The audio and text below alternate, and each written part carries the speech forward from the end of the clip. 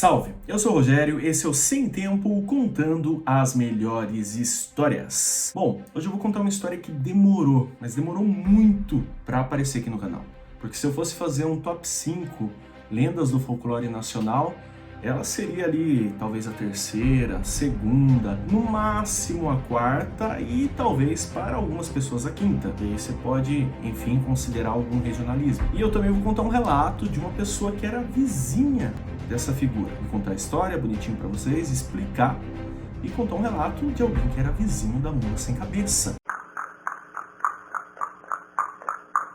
Sabe o que é isso? A mula sem cabeça? Bom, aqui ao Sem Tempo nós contamos histórias populares baseadas nos contos, relatos, fábulas que os nossos avós, pais, enfim, vizinhos, amigos contavam. Que a gente também fala um pouco de sílaba, leitura de boteco. Mó brisa, mano, tá ligado? Mó brisa mesmo. E é muita coisa maluca, hein? Procura aí nas playlists que vocês vão entender. Tem lista, tem reportagens malucas, tem Arquivo X Brasil, é assim. Eles vão assistir uma meia dúzia de vídeo que quem ainda não é inscrito vai entender e vai captar o espírito da coisa aqui, tá? E é isso, se você ainda não é inscrito, se inscreva, curta, compartilha, ativa o sininho para ajudar aí o canal a crescer, divulgando o canal também. Se você não conhece o podcast qual eu participo, A Hora do Pesadelo Podcast, tá lá no Spotify. Siga lá, a gente fala muito sobre produções cinematográficas, filmes, séries, independentes, grandes, pequenos, e falam de terror, falam de fantasia, aventura. E é isso. Aqui é o Sem Tempo e hoje em dia no música. Começando rapidamente explicando o que é ou quem é a mula sem cabeça.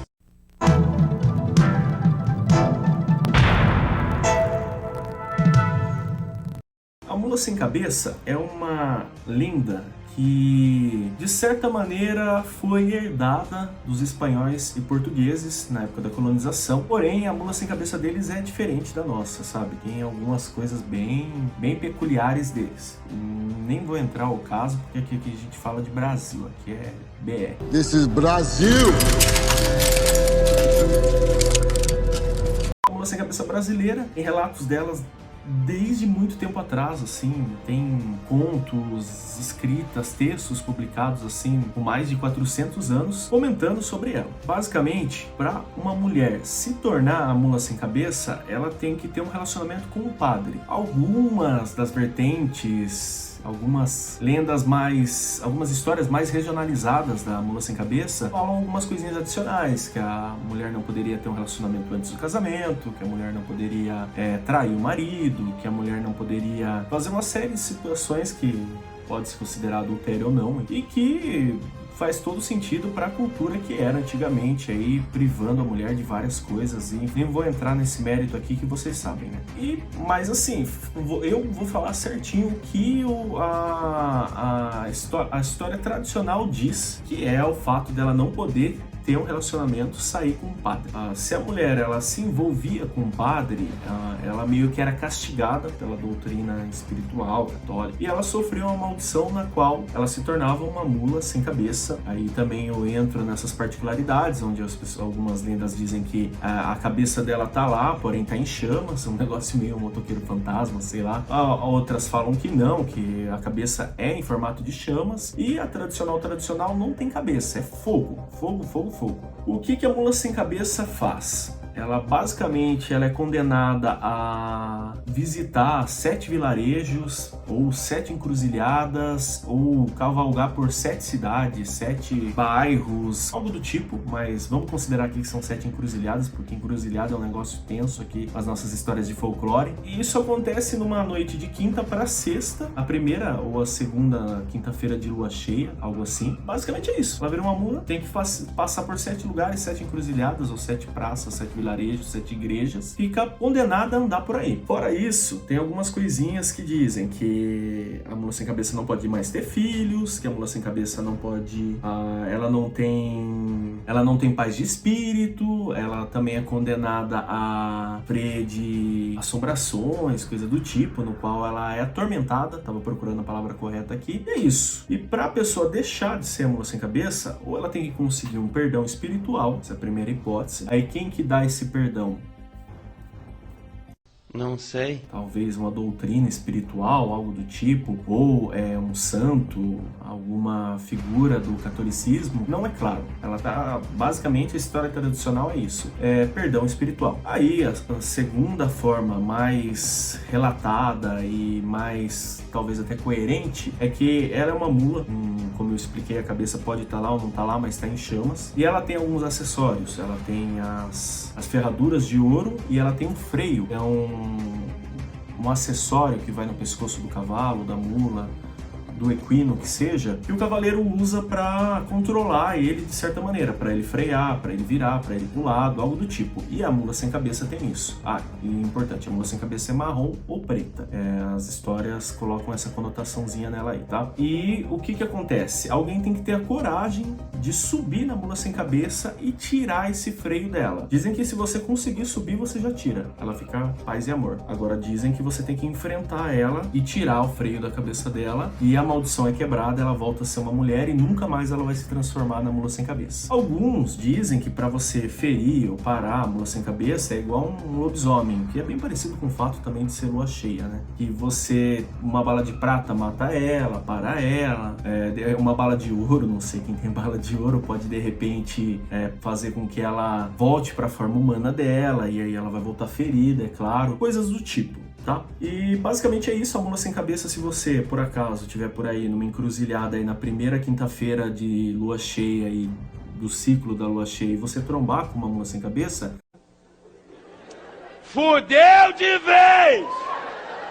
não precisa se preocupar, porque ela vai te atacar como um cavalo silvestre, um cavalo bravo faria, entendeu? Ela vai te perseguir, te assustar, te atormentar, e ela vai te dar um coice, ela vai te machucar dando uma bela de uma patada, algo assim. Mas ela não é uma criatura do folclore, por exemplo, igual o Saci, que pode ficar te atormentando, fazendo você ficar com a cabeça maluca, confundindo as coisas, causando loucura. Também não é como o Curupira, que pode te ferir com fogo, boitatá também, algo do tipo. E ela não é agressiva, ela vai apenas se proteger e ela vai te atormentar. Ela é uma criatura que tá ali atormentada por uma maldição.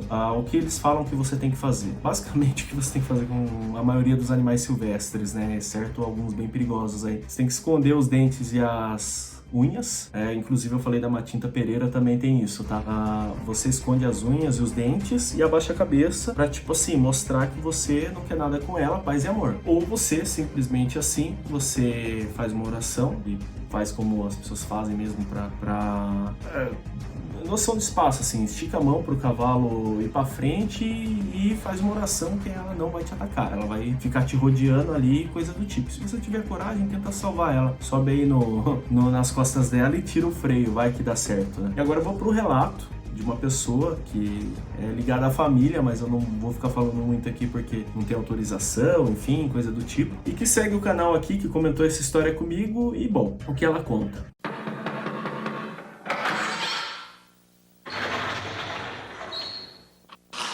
Senta que lá vem a história.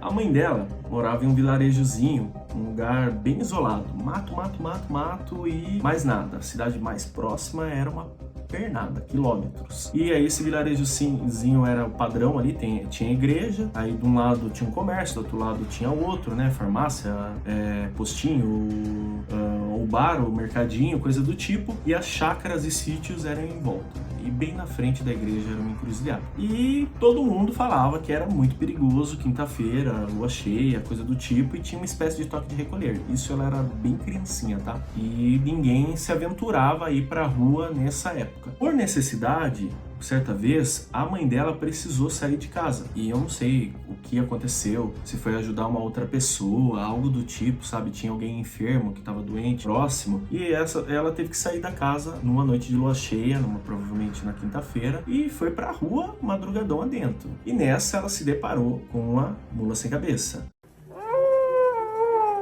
Só que a mula sem cabeça rodeou e não atacou ela. Ela fez uma oraçãozinha, fez tudo, mas ela notou que a mula sem cabeça tinha uma certa familiaridade, sabe? Alguma coisa assim, tinha um semblante conhecido. E beleza. Aí ela voltou para casa, guardou essa história para ela durante muito tempo, mas ela ficou encanada com essa situação. E aí a curiosidade, né, ficou instigada, fez com que ela começasse a monitorar, seguindo o padrão da lenda. Dava noite de lua cheia, ela esperava a família dela toda dormir, né, a filhinha, que é quem me contou a história, os outros filhos, o marido, e ficava de olho. E ela começou a notar alguns padrões, que quando isso acontecia, a casa da vizinha estava sempre toda iluminada, a casa estava aberta.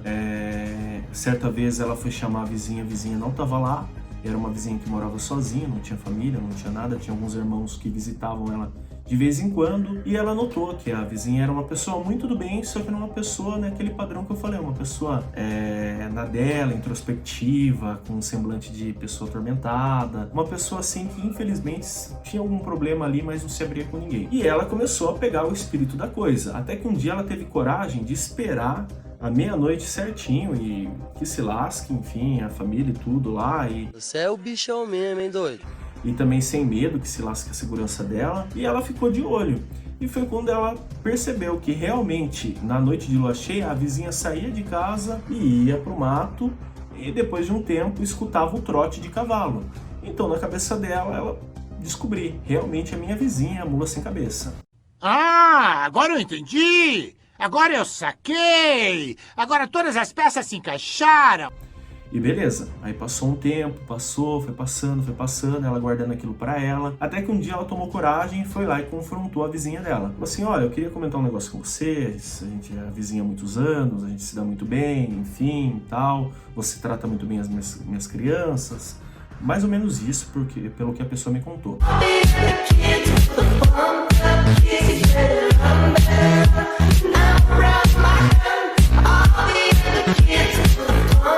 E a vizinha, beleza, pode falar. Ela falou, olha, eu acho que eu sei o seu segredo. Você é a mula sem cabeça. Imagina um papo desse, né? Imagina duas pessoas tendo uma conversa dessa. Oh my God! E a vizinha estranhou, mas a vizinha começou a chorar e contou toda a história. Que na infância ela era apaixonada por um menino e o menino foi obrigado a cumprir por promessa da família, porque a família tinha 4 filhos. E alguém da família tinha tido uma doença muito grave e a família prometeu que o filho caçula seria padre, independente da vontade dele. Isso era muito comum há muitos anos atrás. E o cara teve que se tornar padre mesmo, os dois se amando. E mesmo o cara sendo padre, o cara manteve um relacionamento com ela. E isso causou a maldição dela, segundo ela e segundo o que ela acreditava. E ela já não tinha mais contato com esse padre, esse namorado, enfim, ele tinha ido embora há muito tempo, mas ela ficou com aquilo. Se fodeu!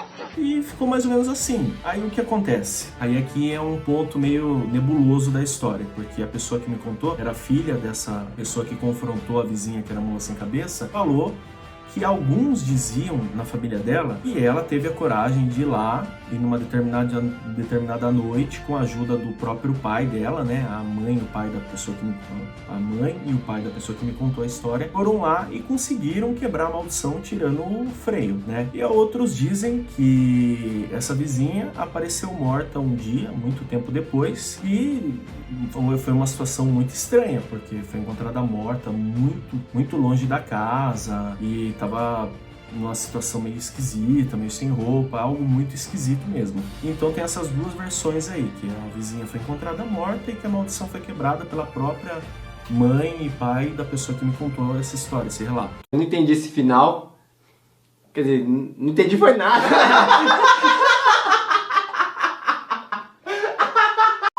Essa é a história de mula sem cabeça que eu tenho hoje para contar para vocês, e essa é a lenda da mula sem cabeça e como uma pessoa se torna mula sem cabeça. Você tem mais histórias de mula sem cabeça aí, ou de outra criatura do folclore, algo do tipo? Me manda, eu vou contar, eu vou pesquisar aqui. Se tem algum bicho do folclore aí, alguma entidade do folclore que você queira que eu conte histórias aqui, eu posso, se eu não conhecer nenhuma, eu pesquiso e conto, ou se eu posso contar as que eu conheço. Tem muita história aí que eu conheço bastante. É que é sempre assim, né? Carne de unha, né? Lobisomem, saci, enfim, esses são muito conhecidos, mas tem alguns que são pouco conhecidos. Eu tenho muito pouca história de mula sem cabeça, curupira, Boitatá, essas histórias assim eu tenho poucas, mas se vocês não quiserem me contar. Eu também tô tentando levantar algumas outras histórias de ufologia, né, OVNIs, ETs, pra contar mais aqui no canal também. E é isso, assombração é sempre bem-vindo, enfim. Quero em breve completar o roteirozinho do misticismo sobre encruzilhadas, porque eu acho que nos meus últimos 3 ou 4 vídeos o lance da encruzilhada apareceu aqui e eu tenho uns relatos muito bons de encruzilhada. Eu vou contar aqui também. E é isso. Se você ainda não é inscrito, se inscreva, curta, comenta, compartilha, ajuda o canal. Até o próximo.